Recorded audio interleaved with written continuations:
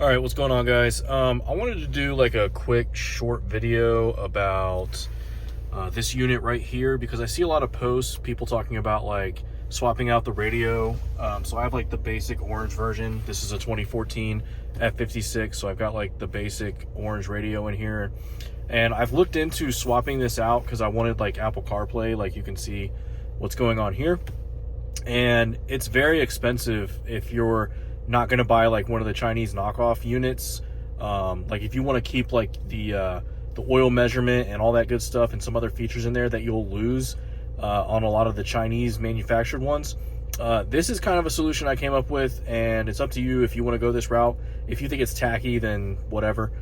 For me, this whole setup right here you can do for well under $100. You can buy this portable CarPlay unit here on Amazon for anywhere between like 50 and 80 bucks. It just kind of depends on what kind of deals are going on and who's selling it. My wife actually bought this for my old Mazda 3 for me for Christmas. And when I picked this car up in January, I went ahead and did some modifications to it so it would work in this car, because what it comes with is a suction mount for the windshield or like a double-sided sticky mount to put on your dash.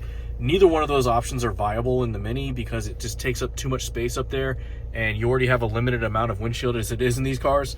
So what I did was I bought a cell phone holder that you can see right here that takes up the space right here below the hazard button. And if you notice right below it, there's a little bit of cardboard and some foam, and it's not very pretty, but like when the screen is on here, you can't see it anyway, so I don't really care. And if I wanted to, I could take it out and kind of either, you know, mar it up black or do whatever I could to make it blend in a little better. Hindsight's 2020. I probably could have put the cardboard in there for the support and then put the foam in front of it, so that way the foam would just, the black part of the foam would just be showing, but it is what it is. So anyways, this portable CarPlay unit, for the cost of it, I think my wife got it right around that $50 mark. It's pretty good. It's responsive. The screen is not like, oh my god, like blow your mind, but like it's cheap, like, you know, tablet quality, but it is like fairly responsive, like, and you get navigation, you get all the CarPlay features and whatnot. It's pretty responsive. I can turn my music on. I don't want to blast y'all with that, but like I've never had a problem with it, and it serves its purpose. I do wish it was like a little more anti-glare, but at this angle you really don't see a whole lot of glare while you're driving.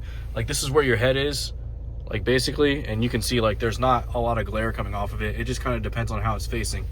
The modifications I had to do here with this cell phone holder though, is you can see that this is the original ball for it, but the ball that goes into the unit itself is much larger.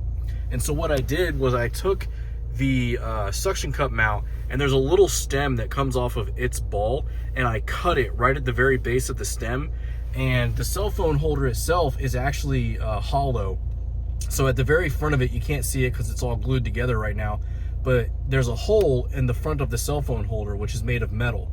So what I did was I used a Dremel and I shaped the stem from the larger ball for the unit itself, and I slid it into the opening that's on the cell phone holder, and I used like a really strong super glue to keep it firm in there. And I mean, it's rock solid, like it doesn't go anywhere. I did also put like a very small thin piece of cardboard. Actually what I used was a piece torn off from a candy box my daughter left behind here recently.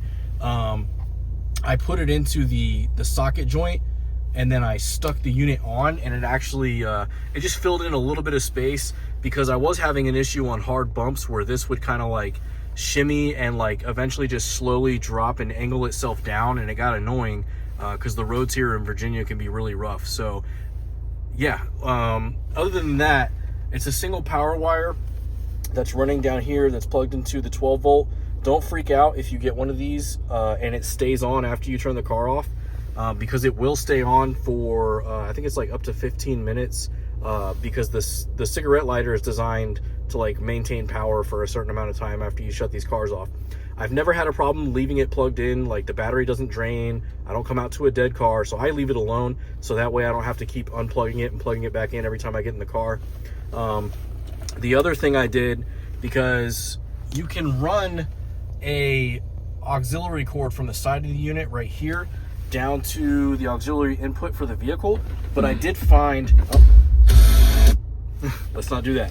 I did find that it was kind of staticky, and it was coming from the unit itself. Like the connection up here was kind of loose. So what I did was down here, you can see this little USB device. So this is a USB to auxiliary device. And what this does is it takes the Bluetooth signal from your phone, and that's where the audio is coming from. So while you're using CarPlay, it's actually still using like your phone's audio source. The CarPlay itself is just controlling the device. So this is receiving the audio and putting it straight into here, and now there's like no static whatsoever. The audio is super clean.